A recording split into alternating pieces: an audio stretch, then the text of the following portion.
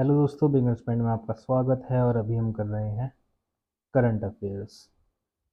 Vice president Jagdeep Dhankhar resigns sitting health reasons.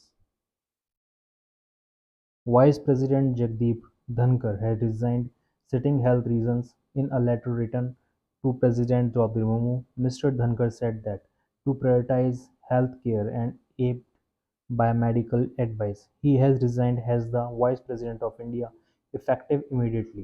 He expressed his gratitude to the President for her unwavering support during his tenure. Mr. Dhankar also expressed his deep gratitude to Prime Minister Narendra Modi and the esteemed Council of Ministers. Himachal Pradesh again reeling under heavy monsoon rain. Normal life has once again been thrown into disarray in Himachal Pradesh due to heavy monsoon rains. Landslides triggered by the downpour have blocked 398 roads across the states, including three national highways. Additionally, 682 power transformers and 151 drinking water supply schemes are currently non-functional.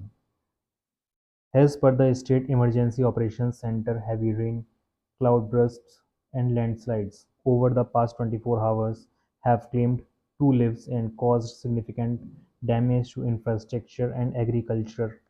Five houses, one bridge, and vast areas of standing crops have been affected. In the Kaza subdivision of Lahore Spiti, torrential rain, hailstorms, and flash floods have devastated nearly 90% of the agricultural produce, dealing a severe blow to local farmers. Meanwhile, the Meteorological Centre in Shimla has issued an orange alert for heavy to very heavy rainfall in the next 24 hours across the state. Maharashtra government considers challenging High Court decision to acquit 2006 train blast accused. The Maharashtra government is considering challenging the Bombay High Court's decision to acquit all 12 accused in the 2006 Mumbai train blast case. Speaking to reporters, State Minister Chandrasekhar Bankule said the government will first study the court's order and assess its legal merits before deciding on the next step. He said if the state has any additional information, CM Devendra Fadnavis will present it in detail. The High Court today overturned the 2015 convictions, stating that the prosecution failed to prove the charges. The judge noted that even the type of bombs used was not clearly established and the evidence presented was not sufficient for conviction. Monsoon session of Parliament begins on a stormy note. Both houses witness arrangements. Both houses of parliament have been adjourned till tomorrow. Lok Sabha adjourned amid ruckus by the opposition parties over various issues. The opposition members were demanding immediate discussions on the Pahalgam terror attack and Operation Sindoor. As the House met after the third adjournment at 4 p.m., opposition parties including Congress, DMK, Samajwadi Party and others stated sloganeering.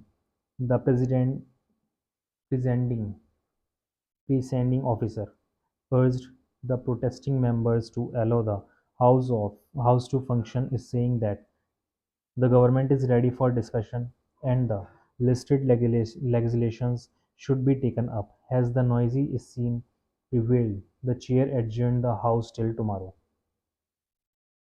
MPs submit impeachment motions in Lok Sabha and Rajya Sabha for removal of Justice Verma. Several members of parliament today submitted a memorandum to the Lok Sabha Speaker Om Birla to remove Justice Yashwant Verma. A total of 145 Lok Sabha members have signed the impeachment motion against Justice Verma under Article 124, 124, 217 and 218 of the Constitution. MPs from various parties, including from BJP, Congress, TDP, JDU, JD, Jan Sena Party, AGP, Shiv Sena Sindhe, and CPM, have signed the memorandum. The signatories of the memorandum include BJP MP Anurag Singh Thakur, Ravi Shankar Prasad, and Rajiv Pratap Reddy, Congress MP and leader of the opposition Rahul Gandhi, and Supriya Sule of NCP SCP, among others. The parliament will inquire into the matter related to the recovery of cash at the residence of Justice Yaswant Verma. ED summons actors, influencers for promoting illegal betting apps on SM platforms. The Enforcement Directorate (ED) has issued summons to actors Rana Daggubati, Vijay Deverakonda, Prakash Raj, and several others. These actors or influencers are accused of promoting illegal betting apps on social media platforms. Rana Daggubati has been summoned for questioning on 23rd July, Prakash Raj on 30th July, Vijay Deverakonda on 6th of next month, and Lakshmi Manchu on 12th of August. Recently, the agency registered a case against the individuals involved in promoting illegal betting apps. Parliament passes bills of lading. Bill 2025 aims to simplify legal framework for shipping documents. Parliament has passed the bills of lading Bill 2025 with the Rajya Sabha approving it today. The Lok Sabha has already passed the legislation in March this year. It aims to update and simplify the legal framework for shipping documents. It will replace the Indian Bill of Lading Act 1856. A bill of lading refers to a document issued by a freight carrier to a shipper. It contains details including the type, quantity, condition, destination of goods being carried.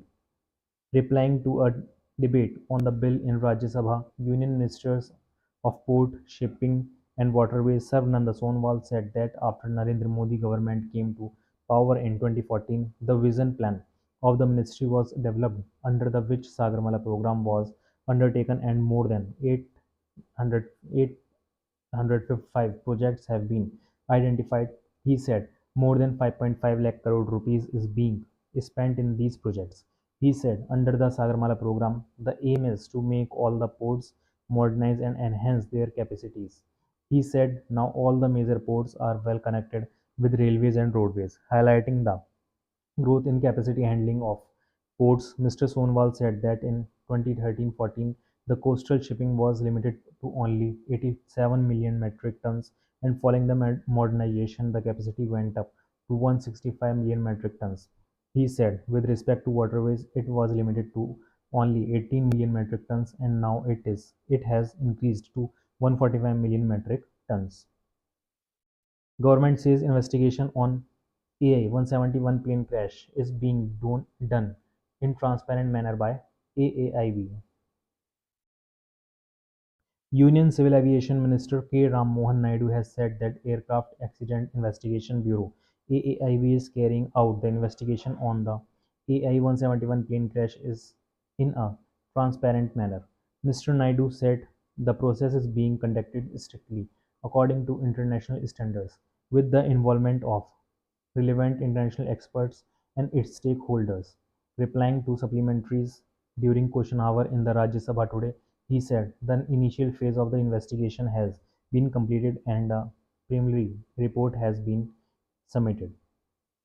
MOS for External Affairs Pavitra Margarita arrives in Lesotho, set to hold bilateral talks with Eswatini's Minister of Foreign Affairs. Minister of State for External Affairs Pavitra Margareta landed in Maseru, city of Lesotho, yesterday evening on a visit to the country. He was welcomed by Principal Secretary, Foreign Affairs and International Relations of Lesotho, Tambang Lekhela. In a social media post, Mr. Margarita said he is looking forward to engaging the leadership to further strengthen bilateral relations. During the visit, the MOS will have bilateral meeting with Eswatini's Minister of Foreign Affairs and International Relations.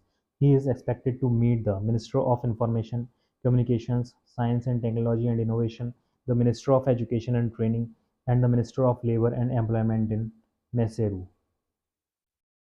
Lok Sabha Speaker Om Birla urged floor leaders of all parties and members to cooperate in smooth functioning of House. In view of the monsoon session, Lok Sabha Speaker Om Birla emphasized that the collective role of all the members is important for the expression of people's aspirations and protection of national interests. India's electronics exports jumped 47% in first quarter of current fiscal. US, UAE, China emerge as top three destinations. India's electronics exports have surged by 47% to $12.41 billion in the first quarter of the current fiscal, singling the country's rise as a global manufacturing hub. Akashvani's correspondent reports that, according to the Commerce Ministry, the US, UAE, and China have emerged as the top three export destinations for India's electronics sector during the April-June quarter. The Netherlands and Germany are other major export destinations for the country's electronic exports. IMF says India become global leader in fast payments as UPI records 18.39 billion transactions in June this year. International Monetary Fund (IMF) says India leads the world in fast payments with Unified Payments Interface (UPI) recording 18.39 billion transactions worth over 20.0 lakh crore rupees in June this year. According to a recent IMF noted title, Growing Retail Digital Payment, the value of interoperability (UI) has revolutionized India's payment ecosystem, processing over 18 billion transactions monthly. Akashvani's correspondent reports that launched in 2016 by the National Payments Corporation of India, UPI has revolutionized the country's payment ecosystem by enabling users to link multiple bank accounts to a single mobile app and make instant transactions with ease.